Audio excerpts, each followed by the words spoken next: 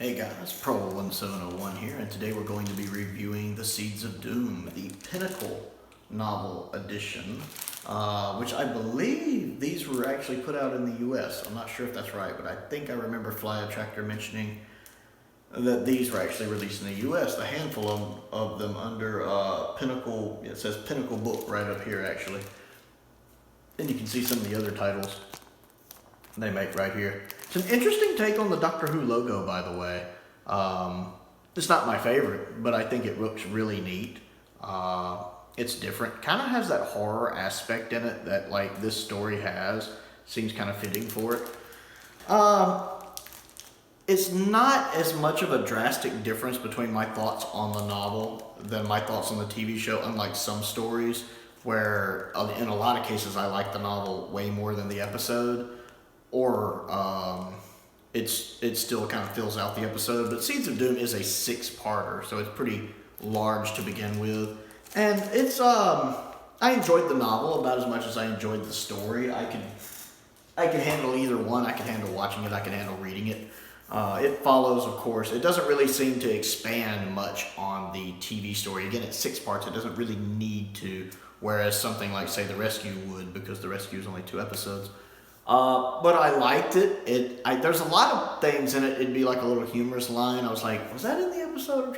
Because I've seen Seeds of Doom several times, but it's been a little while. I'm like, was that in the? I can't remember. So there's a couple times it'll do something I like. I'm trying to remember if it's in the episode or not.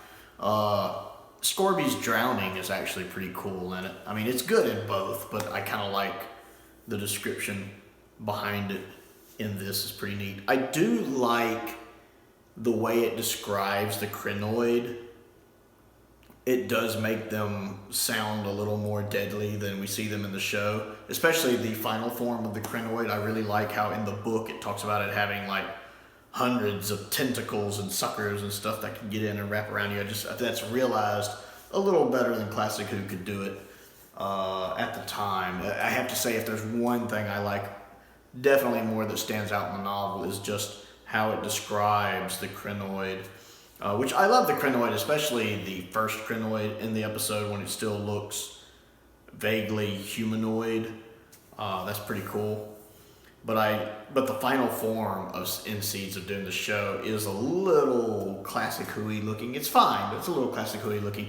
So I like in the novel it does a really good job of creating the image of your mind of what this thing would really have looked like if they'd had the budget to pull it off, where it was so massive it's pretty much trying to engorge like half of the mansion and crush it in.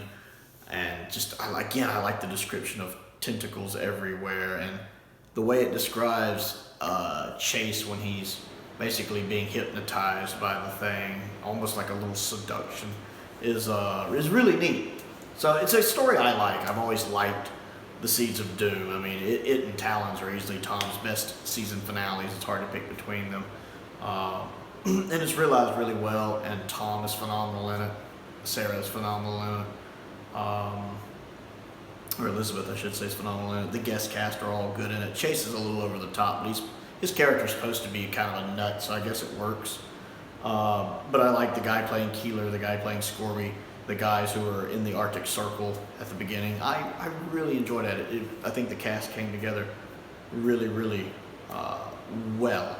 So I have to say that the novel isn't much different than the story. If you've seen the story, you don't have to read the novel to really get more out of it. They actually are pretty close together, more so than most of the novels I've read. But since I love the story, I still enjoyed the novel. It was nice. I was in a situation where I kind of didn't have much to do, so I took a book to read with me, and I very much enjoyed reading through it. I actually read through it, I think all at once. Well, practically all at once. I went most of the way through it one day, and then I finished it up the next night right before I went to bed. And I really enjoyed that. It was really, really nice. So The Seeds of Doom, the Pinnacle novel, not the Target novel, the Pinnacle novel, which was sent to me by the Flyattractor, one of my subscribers, one of my patrons, who's sent me several things, which I really appreciate. Thank you for that. He sent me several of these Pinnacle books. So it was a great read. I enjoyed it. I want to know, what do you think of The Seeds of Doom? Have you seen it? What do you think of it? Is it one of Tom's best? Is it your favorite Tom season finale? Have you read the Target novel or the Pinnacle novel or any novelization of it? What do you think of that? Do you prefer it to the episode? Comment down below and let me know, because I always enjoy hearing from you guys. Other things to do, click the like button and the subscribe button and the bell for notifications. That helps me out, and I really appreciate it, and it's free. You can't beat that, right? I also have a Patreon if you would like to contribute to that and support me on that. There's a link to that down in the description below. I have a P.O. box if there's anything you would like to send me to review as well. And I also have a link to my Amazon wish list, which I update regularly.